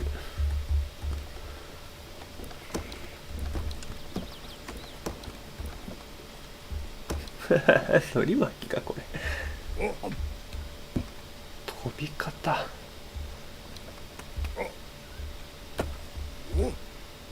大丈夫か、その足への負担は。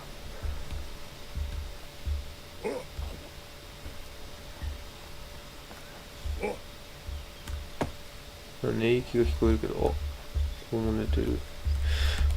手前には来れないのか。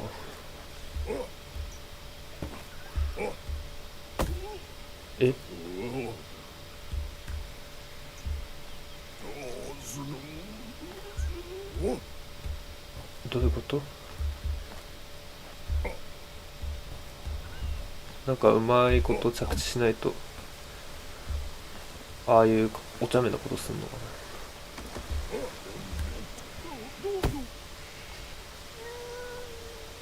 な。あ、時間遡れんの？ちょっと待って、俺何これ起きれなくなったってこ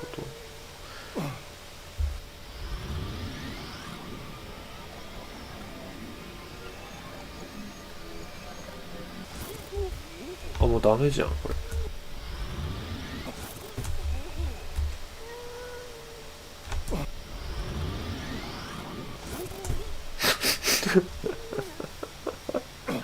全く分かんないけど転ぶタイミングが。うわからかい。なんで俺立ち上がれなくなったの。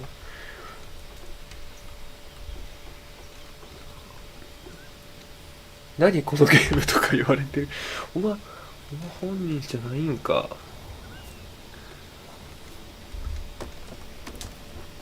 なんかあれかな、やっぱ足腰が弱いのかな。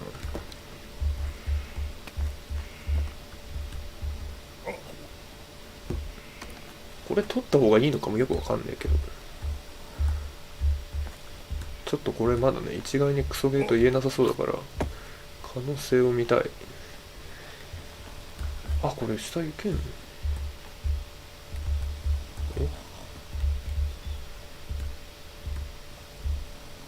おい、なんかかかってるぞ。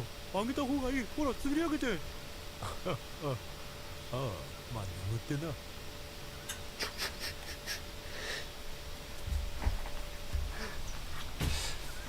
いや嫌いじゃないな。でもこの声優かわかんないけど、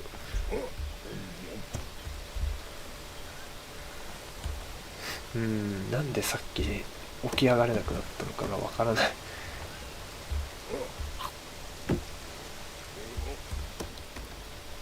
そんなにグラグラなるかな、その足。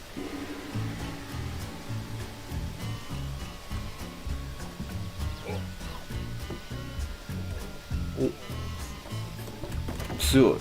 さすが力士。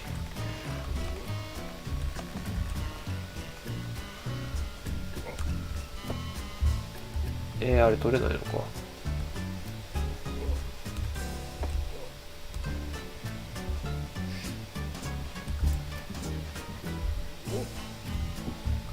あ、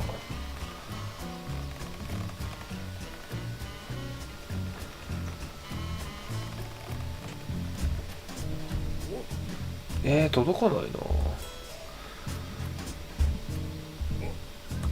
諦める。あ、お前嘘だろ。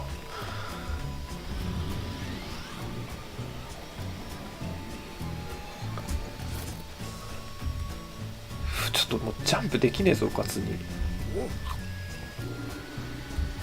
これチェックポイントなのかな。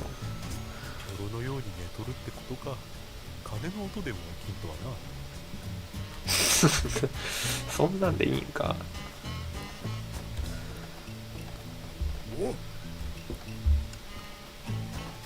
これは何、自重との戦いなのか。ああ、難しい。難しいとか言ってるけどタイミング全然わかんない。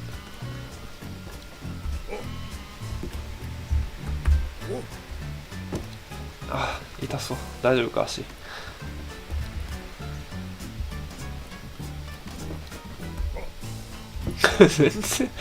全然飛ばないじゃん。あ、おお、セーフ。もうあれが取って何になるのか分かんないし、無視でいいや。何になるか分かんない食べ物を取ろうとして足くじって死ぬんだよ。だって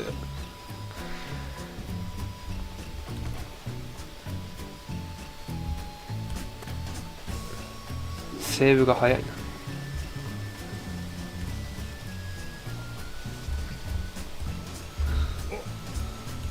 は？なんで？絶対自分でやったじゃん今。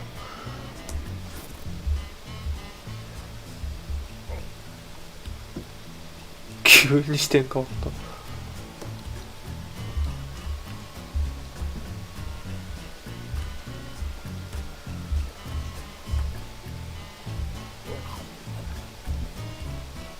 お上手。おい、起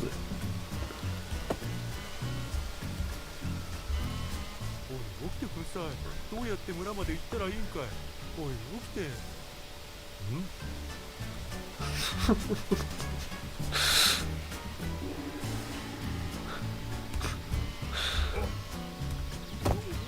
ごめん、今の俺が悪かった。飛びすぎたな。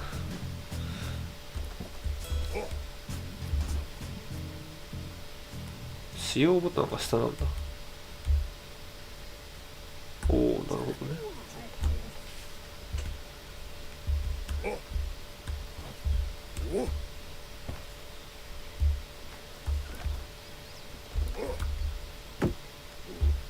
うわー、ごめん。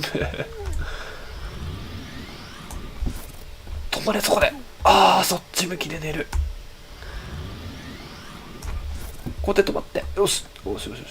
あ、慣れてきたな、このゲーム。あー、デブ、ごめん。デブって言っちゃっ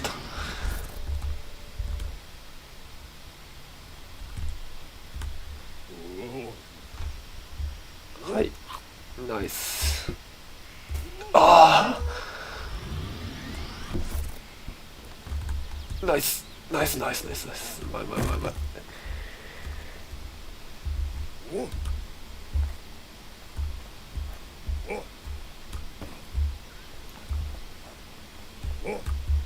よしよしよし、いいよ。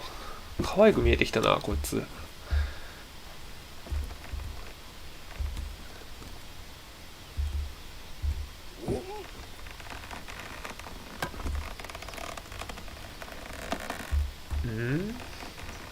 上がったぞ。あの箱と一緒に乗るんだ。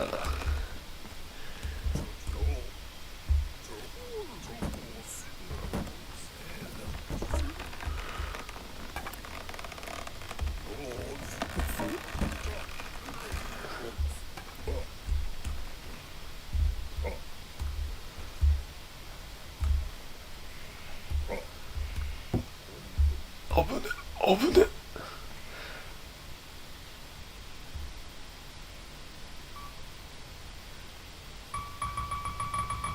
そういう感じね。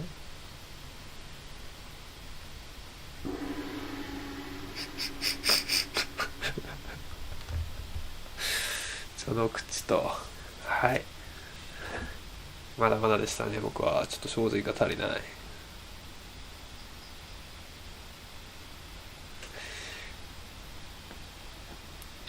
終わろっか。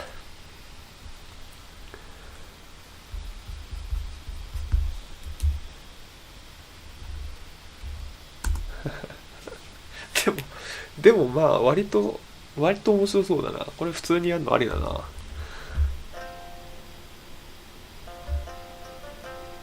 スノーマン。